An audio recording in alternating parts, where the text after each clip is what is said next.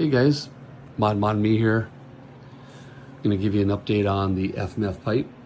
Just a couple things that I like about it and why I went with FMF.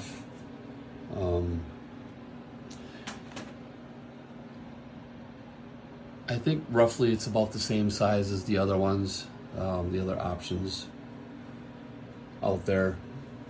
What I do like is how FMF does their quiet technology, or whatever you want to call it, their spark arrestor.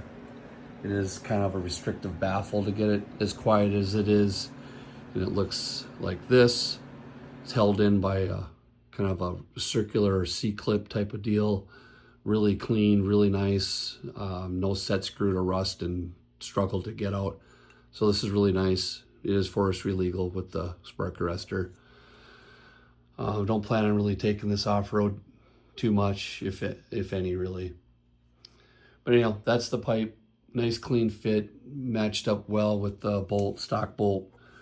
The one thing to watch out for is when you're using the stock bolt here, that stock bolt is too long and will dent the pipe. So you might want to just either use a different bolt or cut that one down just a little bit. But otherwise, it was a great fit. Looks nice. And yeah, so that's our FMF pipe. Thanks, guys.